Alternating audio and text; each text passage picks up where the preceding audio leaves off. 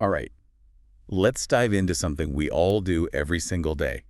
Conversations. And specifically English conversations? Exactly. And to make it even more interesting, we're taking a look at an English learning podcast. Oh, cool. Sort of like an insider's view. Yeah, giving all of us some tips on how to sound more natural, more confident, you know. Like more like a native speaker. Exactly. I love that. You know, one of the things that I found so fascinating about this podcast is they present small talk as like a secret weapon. Really? Yeah. Huh. I wouldn't think so, actually. No, right? You would think it's like, oh, small talk, that's just the filler before we get to the real stuff. Right. Like, wouldn't it be more about, having this impressive vocabulary? So vocabulary is important, but mastering small talk actually helps you become more comfortable with the flow of conversation itself. Oh, You know, it's like warming up your conversational muscles.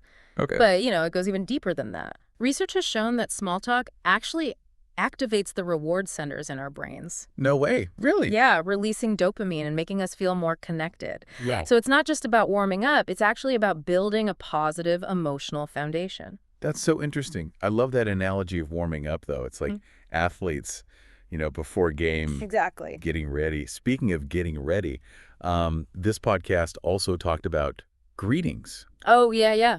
And apparently there's a whole world beyond just, hi and hello. Right. As an English learner, I feel like I got stuck in a rut like, hi, how are you? Totally. And that's it. But native speakers, they use all these different greetings like, good morning, how's it going? Long time no see. What's that? Yeah, all of those. Yeah, it just adds a little, personality. It's all... You sound more authentic. So this podcast also recommends some conversation starters, like commenting on the weather or asking about someone's day. Yeah. Those are classic.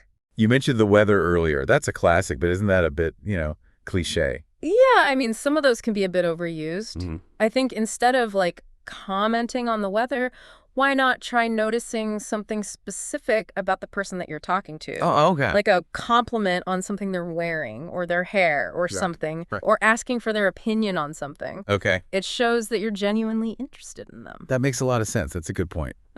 Okay, so this part made me laugh, but the podcast has this thing called Pronunciation Corner. And the word that they chose is comfortable.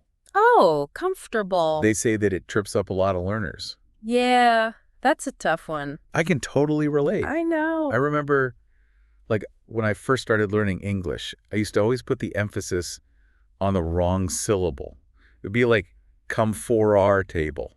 It's a very common mistake. Yeah? The correct pronunciation stresses that first syllable. Come for table. Come for table. Exactly. It seems like a small detail. Right. But mastering those, even on simple words, it can make a big difference. It does. And I think what also can make a big difference, and this podcast mentioned this, is to listen more than you speak. Oh, absolutely. I'm a huge proponent of active listening. It's so important. Why is it so important for English learners, especially? It's like absorbing language through osmosis. You're paying attention to the rhythm, the tone, the word choices. Right. And you start to internalize all those nuances of natural conversation. So how can someone, practice active listening?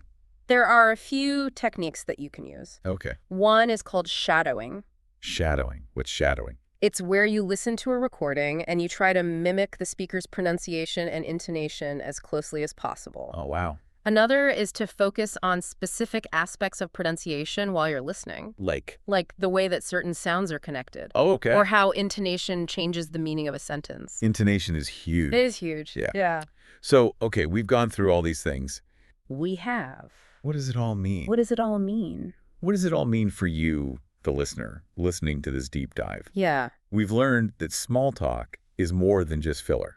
Exactly. It's actually a very valuable skill. And it can help you feel more confident and more connected in your conversations. Yes.